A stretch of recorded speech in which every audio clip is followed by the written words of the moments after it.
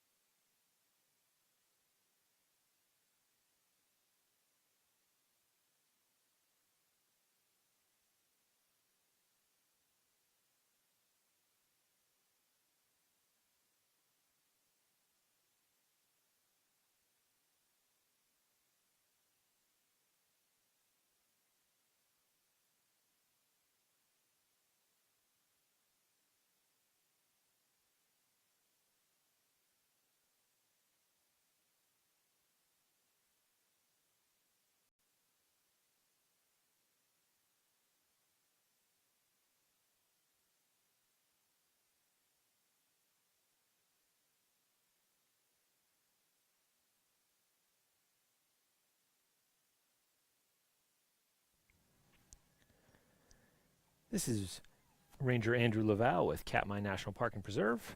Good afternoon from the Brooks River. Myself and Ranger Russ Taylor will be speaking live, doing a live chat on bear moms, motherhood, emancipation from implantation, and in about just a few minutes at 2 o'clock Alaska time at the top of the hour. Please stick around and join us. A live chat coming up in just a few minutes.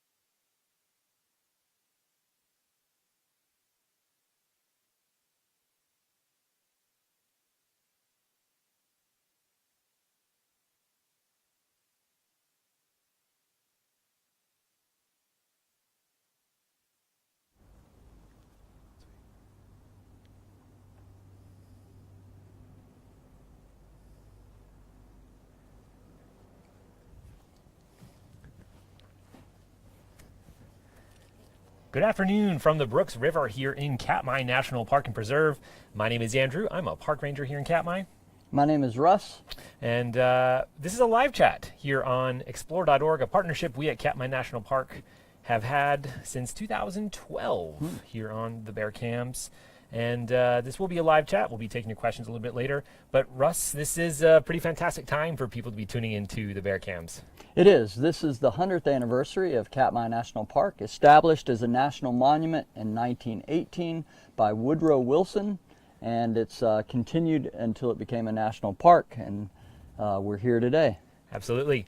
And this is a live chat, so we will be talking for the first portion of the broadcast, and then in the second half we will be taking your questions. So if you have questions about the topic today, anything that comes up, or if you have just general questions about the bears, salmon activity, what our favorite color is, you can comment those there in the comment section on explore.org, and we have the awesome, lovely, excellent staff from explore.org feeding us those questions, and we'll be able to get to them hopefully in the second half. Yeah, we're very thankful for them and the work they do behind the scenes on our behalf. Absolutely. And we have a pretty exciting topic today, one that is particularly relevant, it seems like more so this year, to webcam viewers and regulars on the Bear Cam. It's true. We're going to be talking about mothers and cubs, which is a fun topic, and we're going to cover it from implantation to emancipation. The full life cycle of a mother that she goes through with her cubs. We'll be doing it in a linear fashion, but due to the nature of the talk, we'll be making some circles as we go.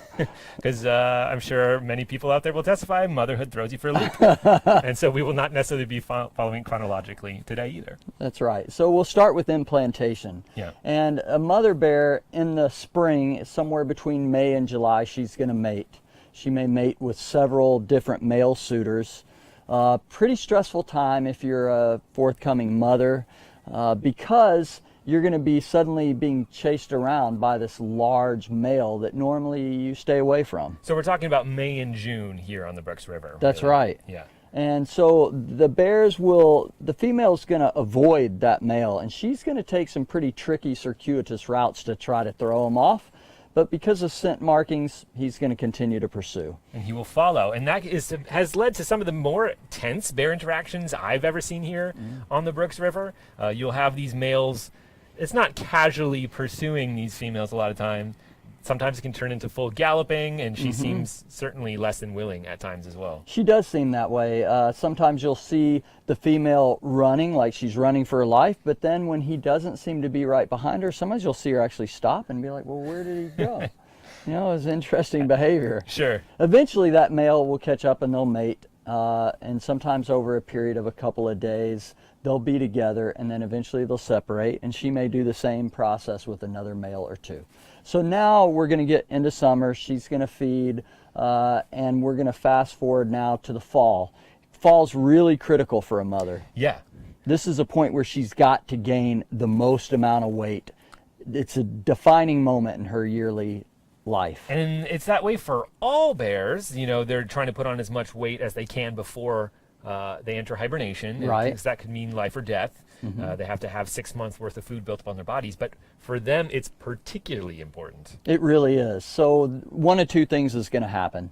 If the mother has injury, or she has illness, or her body's telling her you don't have enough weight, she's not going to implant those eggs, and instead they're going to dissolve or be absorbed back into her body. So again, these would have been eggs that are fertilized earlier in the summer. That's right. May or June.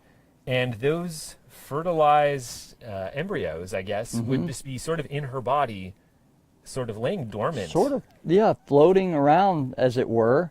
And then if she's healthy, if she's had enough to eat, her body's got enough weight, then they're going to implant in her uterus, and these cubs will end up starting their life cycle. So there's a tipping point right about when she enters hibernation. So That's about right. November, late fall, that determines whether or not those eggs will actually attach. Right. And she and will as we- become pregnant as we know it. Right, so we're going from May all the way through, say, November, and that's delayed implantation. Delayed implantation. All right, so she may technically become pregnant around that time of year, and then she's going to enter the den and settle down for A what long winter's might nap. be a long winter sleep? Question mark? Yeah, generally she does sleep, but her heart rate is going to rise a fair bit right before the cubs are born, but right after they're born in the den, sometime December, or January, early February, sometime in that window, depending on the season and where they're located, the cubs will be born in the den. Okay, and then her heart rate will go back down Almost immediately after that. to what it was. Interesting. So bears are in this really sort of slowed down, almost frozen animation, torpor, but things are going to pick up right around the time she's about to give birth. And then after she gives birth, she actually, people that have done scientific studies detected that the movement of her body almost stops, because she doesn't want to inadvertently crush these young cubs, so she doesn't move as much right after they're born. Interesting, because these bears are quite large, if anyone's noticed that, and they're going to be in these tight, confined dens. Yeah. And mom is going to be very, very large, sort of rolled up in a very small space, and then these cubs sort of roll onto the scene. They're blind Yeah. for a few weeks. Grizzly bears have a little more hair than some others Yeah. do when they're born, but not much. They're blind. They're about 1.5 pounds to 2 pounds on a brown bear. And they're going to begin to suckle almost immediately, Yeah, right off the bat. right off the bat. And the mother bear has 6 nipples. Yeah. And what they found is that the cubs will use the 2 nipples closest to her pelvis. And then later in the year, as the cubs are out of the den, she's going to sometimes just stop production on those bottom 2, and you'll only see 4. So sort of rotating the tap, as it were. Exactly. And we should note, Russ, we didn't actually mention at the top of this broadcast, this is a live broadcast. That's This right. is unscripted. And we are in very heavy bear country. You can see a bear right behind us there. Yes, we are broadcasting from sort of an overlook on the Brooks River near Brooks Camp. And the whole point of this is to say that at any point, it's entirely possible that a bear could interrupt this broadcast. So if you see us exit stage left abruptly, perhaps grab the tripod and We'll leave, try. it's more than likely because a bear has entered the scene. I just wanted to mention that before it becomes too relevant. Absolutely. But we are talking about, again, sows nursing in the den. That's right. So they will be switching to the upper four nipples to nurse.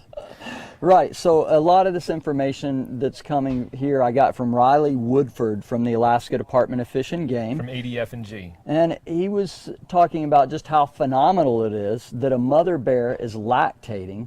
She is producing milk while she is in hibernation, neither eating, she's not drinking, urinating, or defecating. She's taking nothing into her body, and yet she's producing all of this milk for these cubs during hibernation. So hibernation is a physically taxing thing for any bear, right? You have to have 6 months worth of food built up on your body, stored. But if you're a mother, you not only have to be feeding and worried about yourself, all of a sudden you have to have copious amounts of nutrients to help your newly born cubs survive. And as hopefully well. that helps us understand even more the importance of delayed implantation. You will not implant if you don't have those resources available to give to several cubs. Absolutely. So if you think about it in those terms, delayed implantation is a pretty remarkable tool for self-preservation. So basically, as we talked about, being pregnant and having kids is very physically taxing.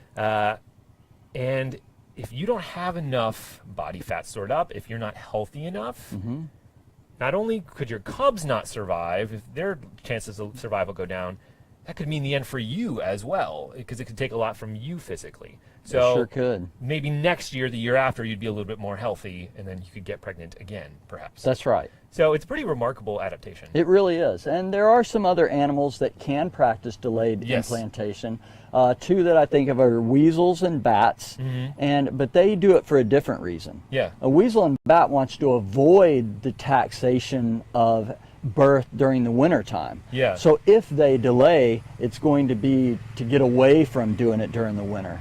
Whereas bears opt to do it in the den. Because that's the best time, safety from predators. Mother's nice and warm. She can create a good warm pocket for them when they're tiny. And it allows them to make the most of their time when they're out and about in the spring and the summer, finding food and other sources. They don't have to worry about it as much. That's right. During the winter months because they're stationary. And one thing he noticed also was that most new mothers have only one cub. And subsequent years, they usually come in twins, sets of two. Yeah. Although it can be anywhere between 1 and 4 cubs that they could have. And we have one sow with 4 cubs, I That's believe, right. here. Bear 402. Webcam viewers might be seeing her around. It always looks like a miniature parade whenever they Yeah. come down the river or through camp. A mom with 4 tiny, dark-colored spring cubs in tow. Yeah, she's a fun one to watch, certainly. And Russ, when we have these larger litters, you know, say 3 or 4 cubs, does that affect survival at all? It does, certainly. Most of the time, 50% is the survival rate for cubs. Across the board. Yeah, their most dangerous time of their life is going to be in that very first year, first couple of years. They can drown, swim in these rivers. They can get killed by a large male bear. A number of factors. They can get lost from their mom and just wander off and get killed that way. So it's a very trying time. If they make it past that point into subadulthood, they're more likely to survive. And one thing I want to add on the year, saying a new mom, a subadult is between 2.5 and 5.5 years. Breeding maturity is at about 6 years. So that would be usually the first time a mother's going to have cubs. As a mother, you may have cubs every 3 years or so, 3 or 4 years. So you may have a cycle of about 5, 6 different litters throughout a lifetime. 402, who you mentioned, is 21 years old. She's already had several litters, and so here she goes, a very experienced mom, but she has lost 2 cubs last time she had 4. Absolutely. So if you have a larger litter, say 4 cubs, first of all, the survival rate for cubs generally is not good. We're That's batting right. at 50% average. The more cubs you have the same pie, but it's divided more ways, right? Right. So particularly in those early months in Mm-hmm. the den, you're going to be dividing the same amount of milk more ways. Right, and up to from birth to about 150 days, so 5 months months. roughly, the cubs are going to drink 10% of the milk they're going to drink. Okay. So after that, now once they're out of the den, the demand for milk skyrockets. So they're going to be, just to make sure I have this correct, they're going to be drinking 90% of their annual milk intake after leaving the den that year. That's right. So most of their milk consumption is actually going to be after they leave, too. Yeah, and of course June and July are going to be peak times. So each cub's going to drink a little over a quart of milk a day. So if you have, say 402 for example, has Yes. 4 cubs, she's going to be producing over 4 quarts of milk per day. Per day. 4 quarts of milk per day for one of these sows. Yeah, and her milk is fatty. Yeah. In this stat, I saw 20 to 25%. Some other studies I've read as much as 30-35% of fat content, where a human mother's milk is going to be at about 5% fat content. So it's incredibly fatty, and I think it's some of the most nutritious in the animal kingdom, bear milk is. It is. One scientist even, he tried some, being able to, and he said it tasted kind of like condensed milk, very rich and very, very sweet. Interesting. I would not sign up for that taste test necessarily, but it's interesting. You know, another thing that occurs to me was that there's sounds that happen when a mother Yes. bear is nursing. So there's different sounds that a mother is going to use to communicate with her cubs. There's sounds she'll make to say, hey, get in line, hey, don't go after that human, hey, do this or that.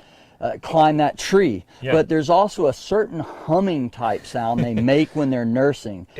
Having the opportunity to hear that is really special. It is something special. It reminds me of some sort of kitchen appliance. It's like a low... Yes. It's like a vibration. It like a is. low hum. And you hear it, and it's very remarkable, and you can't help but want to know what is making this noise. And then you're like, that's breeding sounds, or feeding nursing sounds. sounds, Nursing yes. sounds, yeah. Absolutely. So they'll have these cubs, and as you said, their survival rate goes up once they hit subadulthood. And we tend to focus a lot on infanticide. That gets a lot of attention for obvious reasons. It's dramatic. But as you said, there are a lot of other perils and dangers for these cubs. Yes. And, you know, you and I were talking earlier, if a sow has a cub that dies or disappears, we tend to, you know, sometimes, unfortunately, there's a lot of shame that goes for that sow. You do hear people talk about so-and-so being a bad mother. Oh, But- she can't but- keep track of her kids. What is she doing? And let's look at it this way. Say 435 Holly, a lot Yeah. of viewers are familiar with her. If you're new, she's the bear that's around at Brooks Camp quite a lot. She had 2 cubs last time. She raised them to maturity. 402 had 4 cubs. She raised 2 of them to maturity. Yep. Is it a different technique? Is 402 really a bad mother? They're both raising the same amount of adult cubs. Right. It's just it's something that makes you wonder, the judgment we put on them sometimes. Yeah. Is that really right? And, you know, these cubs are sort of independent entities, and they're loosely attached to mom, but you'll sometimes see a sow go one way and the cubs are like, oh, I'm going to jump on here. What happens if we go over here? And they're moving a million miles an hour. Well, and you may can get imagine a, how hard that is to keep track of. and you get that really curious cub. 402 has a cub that seems really curious, and it'll be sitting there continuing to sniff the scent on the ground. The family will take off, and you know, after a little while, that cub's like, hey, and it takes off. And we had one cub separated from 402 for about 2 or 3 It's days. an extended period. A long time, Yeah. enough that we thought, oh, this is it. And yet, on the 4th day or so, all of a sudden, she's got 4 cubs again. So Yes. she found it either with scent marks or the cub found her, possibly, but Right. probably she found the cub somewhere along the line. But it's probably a tough job being a sow, having all these cubs to keep track of, and then you're also trying to do your regular bear business of trying to feed yourself and your family, look out for other bears and And, danger. and one of the hard things for a mother, you're now trying to feed yourself, but you're trying to feed cubs. Yeah. And unfortunately, because of the large males you want to keep the cubs away from, you do not get the best feeding sites. So instead of Yeah. fishing at the falls, you're probably going to fish the cut bank behind us where there's fewer large bears. You can get some scraps. You can maybe find a fish that you can catch yourself. And initially, as a mom, you're selfish. That's Yeah. all going to you. Right. So in the beginning of their first summer out, the sow's going to be just trying to feed herself and more so just nursing the cubs, not necessarily getting them fish. That's right. And then later in the summer, you're going to see her begin to allow the cubs to get some scraps. The fighting between cubs is pretty intense. Of all the sounds I've heard out here, hearing young cubs fighting over scraps of fish. Sounds vicious, yes. Yeah. And sound travels incredibly well here on the Brooks River, and it will hear you sort of this screaming. It sounds like an animal screaming its head off, Yeah. and it's just a relatively routine interaction for these bear cubs. That's right. What looks to us to be really cute and cuddly is you realize that if you really interacted with this animal up close, you wouldn't like the result. Cubs are not as always as cute as they appear from a distance. Right.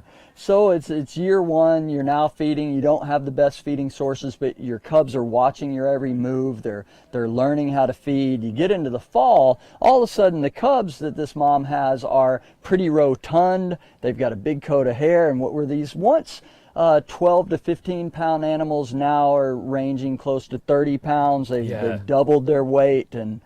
And you and I were discussing this the other day, actually, during a play-by-play last night, how some of these cubs, they're yearlings, but in the case of 435, her cubs, I went several days without seeing them, and then I saw them again, and I had to do a double take, just because physically they're putting on so much weight this time of year. You consider a small bear, if it adds just several pounds, you're going to notice it a lot more than if you would when it was just a larger bear. That's right. Adding a few pounds. So they change pretty dramatically, and sometimes you have to, is that the same bear? Is that the same cub? You question that. It's true. Yeah. So now the mother's gotten into fall. She's successfully eating again, keeping her cubs. Now she's going to den with them. We're getting towards the end of that first year cycle. She's going to dig her den. The cubs will be watching. In that process, they're going to be learning how to dig a den for their futures, and they're going to crawl in and sleep with her again all winter long. So the entire family is going to be nestled together That's in this right. really tight, confined hole in the ground. And they're going to have their thick winter coats designed to trap as much air and body heat as possible. It's going to be snug. It's going to be snug. Yeah. And these cubs, they're not small at that point. No, they're already pretty big, and now they're going to, spend the winter there. And when they emerge the next spring, they're already noticeably larger. And as you were talking about hollies, even from seeing them in June to seeing them now, they probably doubled their size. Yes. I think that's a fair Easily. statement. Yeah. Yeah, what appeared to be some sort of rat terrier at the beginning of the season Yeah. is now something that looks somewhat like a bear. Exactly. and watching the yearlings, they learn to fish themselves. Now, it's not like they're out fishing. Sometimes they're still a little reticent to get out in the water with mom initially. Just being a smaller bear, like bears love water. One of the things, I almost think they're aquamarine animals. I mean, they love being in the water. The cubs, being smaller, maybe it's a little bit colder to them, and they're often hesitant. Mom will be out fishing while they're on the bank. But as we get later in the summer, a yearling cub will begin to find a scrap of salmon, a discarded salmon, and take it for itself. Yeah. And fight with its sibling over it. Yeah. And it's a pretty fun process to watch. They're gaining confidence, like, hey, I can get fish too. And then mom will come in and sometimes bust up the argument. That's true. You'll hear a small roar, and then all of a sudden the cubs sort of back off. And in the second year and the first year, the cubs play a lot together.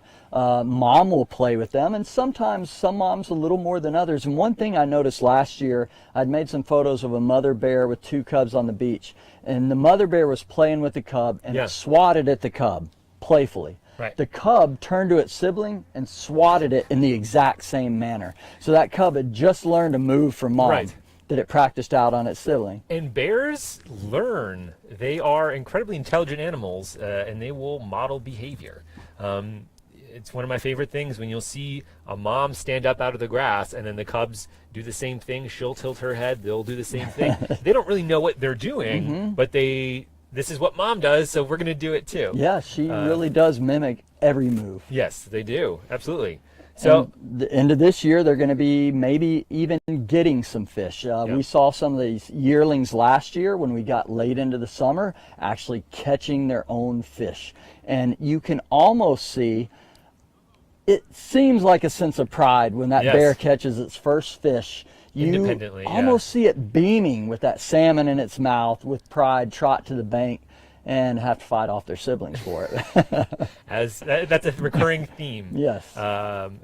Intra-family bickering. And it's probably, that whole play activity is good for the mother bonding with the cubs, and that's going to help her keep them in line because she, needs to keep order as they get bigger. They're a little harder to control because they are curious, and you'll often see that first bear behind a mom want to take some steps towards a person or towards another animal because it's still under protection of mom. It's starting to show a little bit of boldness. Yeah. Absolutely. And speaking of boldness, when I think of boldness and I think of moms, I think of 128, nicknamed Grazer. Yes.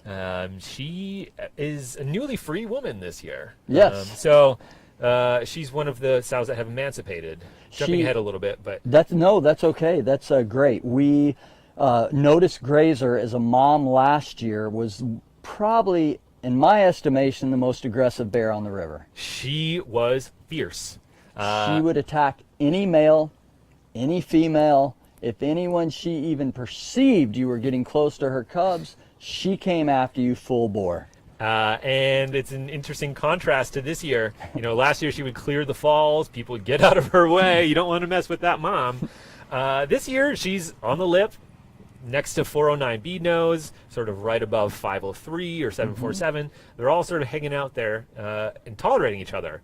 That was not the case last year. She would generally not allow any bears to come close to her cubs. She is a much more relaxed bear this year. And so it's been this interesting evolution. So even in 2016, when she came out with those spring cubs, she, I think it's fair to say, looked frazzled. We don't want to anthropomorphize these bears too much, but she, as a new mom, first time out with spring cubs, she looked like she had been up for 3 days and was, going on nothing but caffeine. Any moms relate to that out there? I'm sure they can. And so last year she was, a little bit more relaxed, but she was protective as all get out. But this year she, again, emancipated those cubs at the start of the season, a little bit more relaxed. That's right.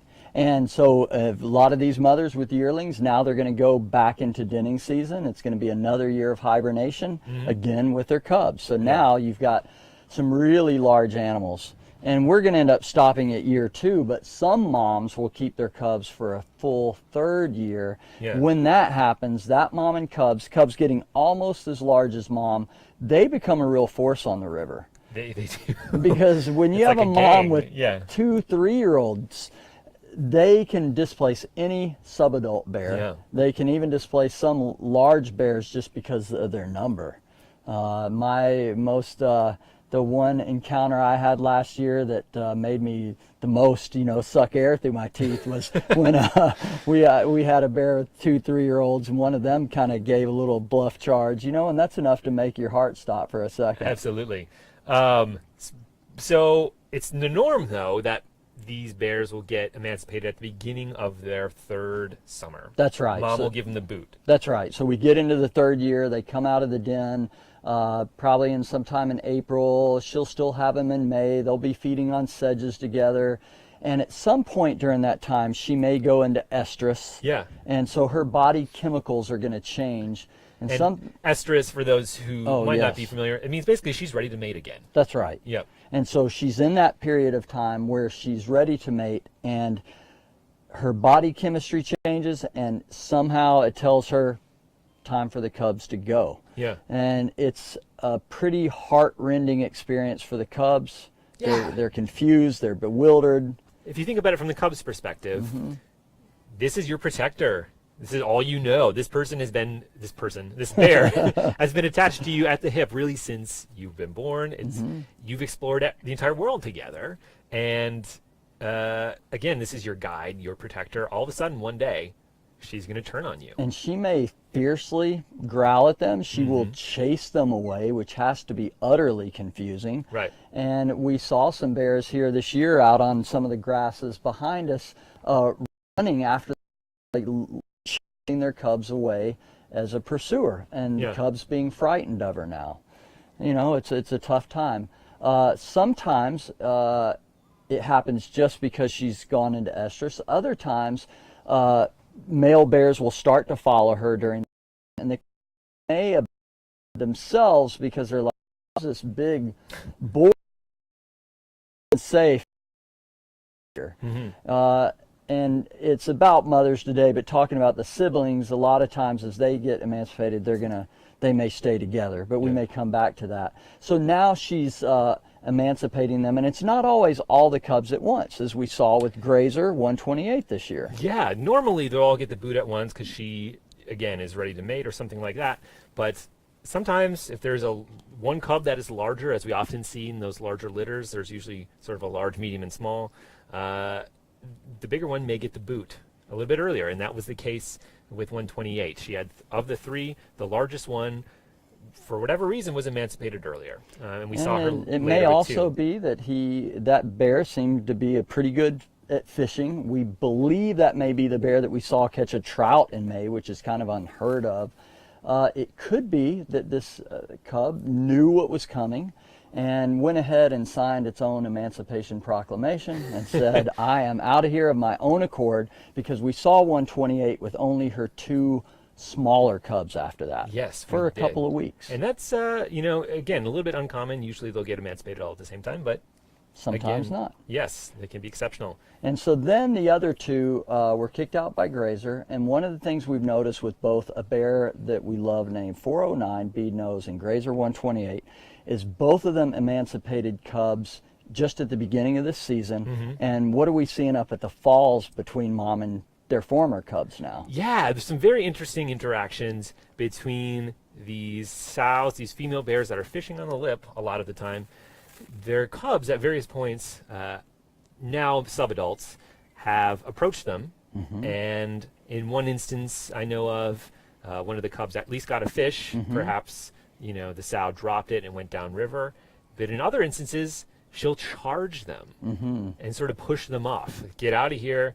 And it can seem a little bit cold and callous in some ways, but that is the norm in the bear world. And there seems to be a little bit of back and forth, which was an interesting observation for me. In one instance, I saw 409, one of her former cubs, come across the lip of the fall, just like I saw it do as a cub last year, reach in so tentatively until it knew mom wasn't going to get it, and actually got some of the fish from her like he did last year.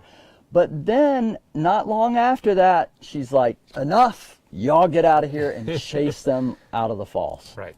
So you never know. Being a mother's tough, but at some point she's like, I got to cut the strings. Right. I gave you all the skills She you did her need. public service. you get out You there. got to cut the kids off at some point. At some become point. an empty nester. There's probably a lot of parents that can relate to that too. Absolutely. So let's talk about some of the individual bear families we've seen. We talked about 402 a little bit. We have a couple bears with three. One of your favorite bears, One of my I believe. favorite bears, Bear 132. Again, we're not supposed to have favorites, really. They're wild animals. And then we're not supposed to have our favorites among children either. But Bear 132 is one that I find very fascinating to watch. Bear 132 is the one who had a spring cub that was killed earlier this year by 856. July 3rd, I believe. Near the Riffles platform. It's just a really interesting dynamic to watch. I mean, suffered a tragedy, and to see how she's now having one cub that hopefully will come up to survive into subadulthood. We were talking about those prime fishing spots that the mothers don't always have access to. Well, she was going up to one of the prime fishing spots, Yep. the riffles just below the falls. At the falls, one large male, 856, began to chase 634, another large male bear. As they were going downriver, they got to a place that we call the riffles, and there's a platform there. 856 ran into that cub, killed it, ate its innards real quick, and Yeah. that cub is gone. And that's part of the bear world.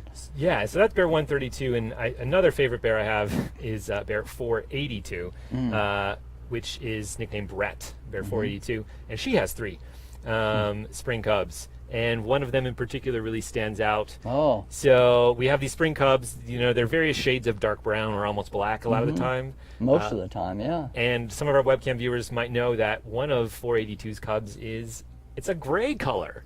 It's yeah. it looks like a tiny gray werewolf in some ways.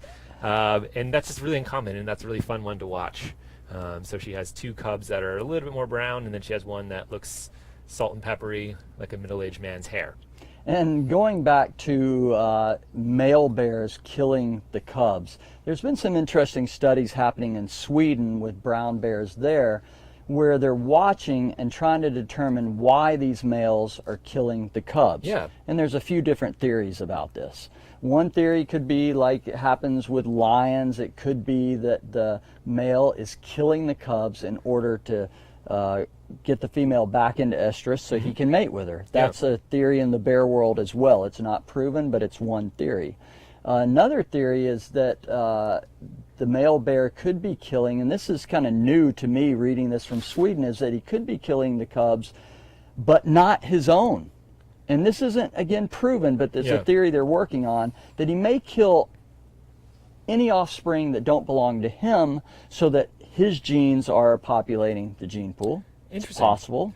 Yeah, and it is worth noting that there is a lot of disagreement amongst bear biologists as to what the explanation for infanticide might be. And of course, a bear's sense of smell being so great, Yeah. these scientists theorize that they may be able to smell something on the cub that allows it to know whether it's its own cub or not. Yeah. And the other theory would be limited food resources, too many bears competing. I'm going to kill these easy to kill competitors early while I can. Resource competition. Yep, that's it. Straight and simple. So all those could be reasons why these males are killing the females or the cubs. And the female, the mom bear, I mean, that's a big part of her life, is protecting her cubs from these large male bears.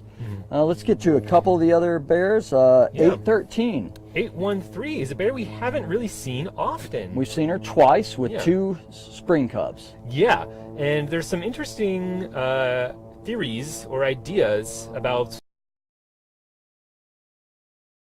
bear. 8 as the lovely nostril bear has one cub that is a little bit smaller than the other, and when you have 2 cubs, it's often that the cubs will be more even in size. You see discrepancy in size a lot more when there are larger litters of 3 or 4 cubs. So some people have some interesting ideas about that. Yeah, watching, this comes from Explore.org bear cam viewers who this morning were postulating that perhaps with that size difference, and she came into camp with an injury, injured left ear. Clearly something happened to the left side of her head. There's some marks on her paws that look like she was in a fight. So they're theorizing perhaps there was a 3rd cub that was killed before it ever got to camp, and it's possible. It's something else that we'll never know. And so, and we've talked about this a few times, but a lot of these bears' lives, when they leave Brooks Camp, are total mystery. We don't know what happens. This is a very large national park. This is the size of Yosemite and Yellowstone combined, and it's in the middle of a very large state. That's right. And this is a small section of river, 1.5 miles long. Who knows what happens when these bears leave here? And we have a few well-documented cases of infanticide that's happened on or near the webcams. But if it happens to happen, outside of this direct area, we don't generally know about it. So sows may show up with 2 cubs. Who knows how many they started with? It could be 3, it could be 4, or they could be just the original 2. And it does seem like once they're around here, we don't get a lot of deaths once they've already showed up here. Yeah. That one this year is, and there was one a few years ago that happened right on the lower platform area. So it does happen sometimes here, but 50% is a survival rate for a cub. And in the case of 813, she didn't show up really until July. Mm-hmm. So they've been out of the den for almost 3 months at that point. Mm-hmm. That's a long time for them to be roaming around Katmai National Park. Anything could have happened. Anything could have happened. Well, and another thing that can happen to cubs, the way a mom can lose a cub could also be from drowning. Yes. These little cubs swimming these swift rivers, and occasionally a cub gets swept away or drowns in a deep lake, and that's part of their death rate. The other thing that can happen to a cub would be, let's see, you've got males killing them. They could get lost. They could just wander off the wrong trail and never reconnect with mom, and unfortunately that can happen as well. So yeah, tough world for a mom trying to keep all of her cubs alive. And as you said, about half of them, about 50%, will survive to emancipation at worst. That's right. So. And we'll look at the last couple bears, Sure. and then we'll get to some questions. We have 94 has 3 cubs. We have a bear 435 has 2 Yearlings, yep. yearlings, and 451 has 3 yearlings. So we have a couple bears with the yearlings, and I think we said we had 18 cubs in general around Brooks Camp, yearlings year. and spring cubs. Which is a lot. You and I were joking about how the year 2020 is going to be an interesting one around here, just with a very large cohort of subadults. You remember all the subadults last year, if you were watching us then, and yeah, 2020 could be another one of those Sure. banner years for Yes. spring cubs. Why don't we get to some questions? Absolutely. So these are questions that have been commented by you guys in the comment section at explore.org on the Bearcams. If you have additional questions that have come up in the course of us talking, feel free to comment them. We have staff from explore.org who are feeding us those. So Ranger Russ, we'll start here. And some of these will be a little difficult to answer, perhaps. But what is the difference between bear moms who raise many cubs to emancipation and those who are less successful? So you've touched a little bit on sort of some of the causes of bear mortality, but sows have different parenting styles too that could play into it. Yeah, some may be better mothers than others, but that may be why they have more cubs at the same time. So really aggressiveness can play into it. You see a bear like Grazer, I would be really surprised if she ever lost a cub to another bear. She's so aggressive. She's aggressive, she's protective, and other bears pick up on that. And some bears allow their cubs much greater distance. Some 435 comes to It mind. sure does. 435, even when they were little, seemed really comfortable with going vast distances away from them. And that's a time when a lot of cubs get killed, and yet she's been really successful still raising them. If she had 4, who knows what would happen. Yeah. Here's a question. Can bears store sperm in addition to delayed implantation so that they can have a second litter like some other mammals? That would be news to me. I've never read that yeah. in any scientific journals. I have not heard of that occurring in bears. Basically, it has the mating and the eventual pregnancy has to happen within the same season. They don't have a secret store that they can store for multiple seasons or years. Right, and paternity is one of those things that can be in question. A lot of times 2 cubs, they'll end up looking a whole lot alike. I can think of 503 and 812 that are siblings that look like they may have had the same male father, but some cubs looking so different, the paternity is probably different males with different cubs. That could account for the sizes. People sometimes ask about sizes of bears, and it's, think like humans, you know, you can have an ectomorph like you, tall and thin, you can have a mesomorph, Right. muscular, etc., and so bears are the same. They might have different body types just in I general. like to think I'm more in the 503 mold, bear 503, a very sort of lanky, sort of young adult bear. But that's a conversation for another day. Let's see, some other questions here. How long does a brown bear live on average, Ranger Russ? Anywhere in the wild between 20 and 30 years. We have our oldest male bear, Otis, the oldest known one, at 22, and the oldest female, kind of the queen of Katmai, is 410, and she's about 29 years old this So year. she's getting up there. She's pushing it. And she made an appearance earlier this summer. Last year, she wasn't around too much, really, until September, when she really began to take those famous naps. That's right, and she'll hopefully, I mean, come back again. But if she does, get ready for some bridge closures. Absolutely. We have to close that bridge here on the Brooks River if bears come within 50 yards.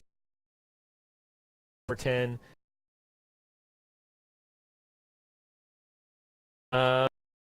Let's see here. This person is an OB nurse, and she's wondering, or he, if there's anything known about the labor process that bears go through. Is it intense, difficult? Again, this would be a process that would happen in the den. That's a great question. There's not a whole lot that's known about what happens in the den because it's so challenging to observe it. Right. They did find that scientists that were even super cautious going up to a den noticed that the mother's heart rate went up. And one of the things that they noticed too, just to bears in general, is that bears will wake up out of hibernation pretty quickly compared to other hibernators.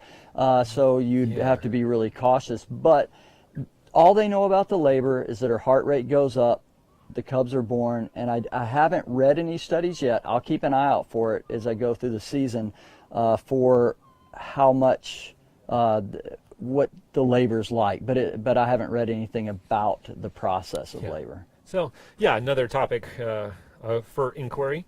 We have another question though. We talked a little bit about delayed implantation and what that means for the female's health. Can females give birth to cubs from different bears? That's a yes. Yeah. Yeah, they could, different eggs could be fertilized by those different fathers that she has mated with over the spring, and as those eggs implant, they could be from different males. So bears are not monogamous, they are promiscuous, and the mating season Yeah, is several weeks serial monogamy is how I saw it written, was they are monogamous for several days, so they're serial monogamous. Yes, it depends on the time frame that you're looking at. That's right. Monogamous within a certain period, perhaps. Okay, let's see some other questions. Again, these are coming from you guys. Feel free to comment more, any questions you might have in the comment section there at explore.org. Let's see, do the cubs continue to nurse during their first hibernation, the fall after their birth? Oh, while they're in the den. Yeah. I don't know definitively, but I will assume that they would still nurse in the den that second year. And they will nurse with the mother as long as they are with her. It's not just a first year thing necessarily. So you will see these cubs getting quite large nursing on a sow that is only slightly bigger than they are, and that can be an interesting sight. That's true. And in that third year, this year with both 128 and 409, I know we observed 409 nursing her cubs shortly before emancipation, so mothers may be nursing right up to that last minute. Hey, Ranger Russ, do you ever see moms play favorites to one of her cubs over others? Wow, that is a very fascinating Do you have a favorite question. child? Well, everybody knows my favorite child from last year was Grazer's Runt, the smallest one. That one I definitely cheered on throughout the season, and that little one is still showing up at the river. A lot of people wondered if she'd survive, and she did. So that still remains probably my favorite cub. But what about from mom's perspective? Oh, does she have any? Does mom? I don't know. I don't know that I've observed a mom having a favorite. I'm going to have to watch for that, but I don't think I've observed it. I'm inclined to say no. You figure a mom has invested a lot in these cubs, and she wants all of them to survive. Would a human mom ever say she had a favorite? Really? Really? Really? Yeah, so she's going to try to have the survival as the outcome for all of her cubs. I would say one difference might perhaps be how well the cubs fend for themselves while they're together as a family unit. Is one cub more assertive or aggressive in getting that fish, or getting a better nursing spot, for example? Well, and I have seen in photographs that I've made of bears where there may be a young cub right between mother's paws, and there's another sibling standing out on the side, almost looking at that cub with a little bit of almost looks like it's a little bit jealous there that one's so close to mom. So who knows what's happening with that? Yes, and as we often joke, these bears have not returned our surveys as of yet. That's right. So maybe when they get back to us, we'll ask them some of these questions firsthand. Question relating to denning. Ranger Russ, if bears dig themselves a new cave each fall and winter and don't reuse them, it seems there'd be bear dens all over the place. Oh, yeah. How does that work? Why isn't the mountain just full of holes? Yeah, basically because they collapse over time. Water's the number one determiner of that. So most of the bears here on the Alaskan Peninsula are going to den at an average of about 1,300 feet. Dumpling Mountain is about 2,400 feet, which is very close to us, kind of similar to the mountain you may see over my shoulder. The bears will dig a den anywhere. The prime slope is about 30 to 45 degrees. There's going to be some alders or willow roots that are going to help hold that roof together. Yeah. They're going to be very careful not to den where there's a ravine where water could flow, because water is probably the number one reason that that den could collapse. They're going to be in a slope that has a lot of snow so that it provides insulation. But those dens collapse over the course. It takes a couple of years, but they do collapse, and they don't always den in the exact same slopes all the time. Right. For various environmental reasons, they pick different mountains and different slopes, so you don't just run across them everywhere. Often north facing, they want it to be covered by a nice layer of snow for insulation. That's right. But one of the favorite activities of rangers earlier in the season here in Brooks Camp is to go look for bear dens at the start of a season. And already some of them might be collapsed. That's right. And last year we did get a chance to crawl into a couple of them up on Dumpling Mountain, and they're not very big. I was surprised at how small they are. The entrance about 3 feet or so. You can crawl in on all fours, and as a human you can just work your way around, and it's hard to imagine how a big bear really fits. It's just enough to fit the bear. Absolutely. At some point during this broadcast, Russ, we use the term hop charging. This person is wondering what the difference between hop charging and bluff charging, if any, might be. Oh, well, I think a hop charge for me more as just a quick step, just like I'm taking a hop towards you. A bluff charge is going to be a little bit more. I'm going to get really close to the camera by the time I'm done, and if